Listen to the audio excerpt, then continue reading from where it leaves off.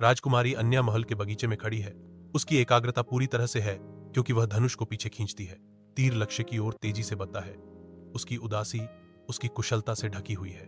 अपनी कुशलता के बावजूद राजकुमारी अन्या के चेहरे पर एक सूक्ष्म उदासी बनी रहती है, जो महल की दीवारों से परे किसी चीज के लिए उनकी लालसा का संकेत देती है। अन्या घोड़े पर सवार होकर जादुई जंगल के प्रवेश द्वार पर पहुंचती है। उसका दिल डर और दृढ़ संकल्प दोनों से धड़क रहा है। पेड़ ऐसे भागते हैं जैसे कि जंगल खुद उसके आने को पहचानता हो।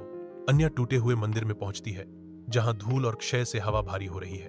कालिका, एक नीली चमड़ी वाली राक्षसी, खंडहरों के बीच खड़ी है।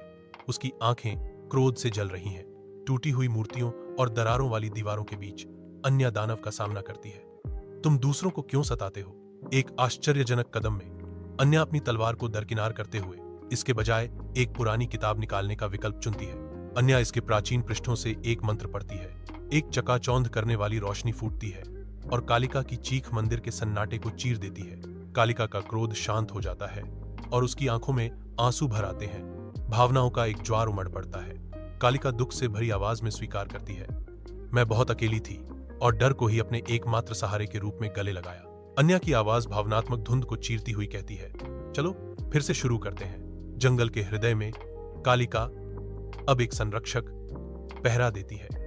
उसकी उपस्थिति स्थायी शांति का वादा है। राजकुमारी अन्या अपने राज्य में लौटती है। उसकी यात्रा उसे साहस और लचीलेपन के प्रतीक में बदल देती है।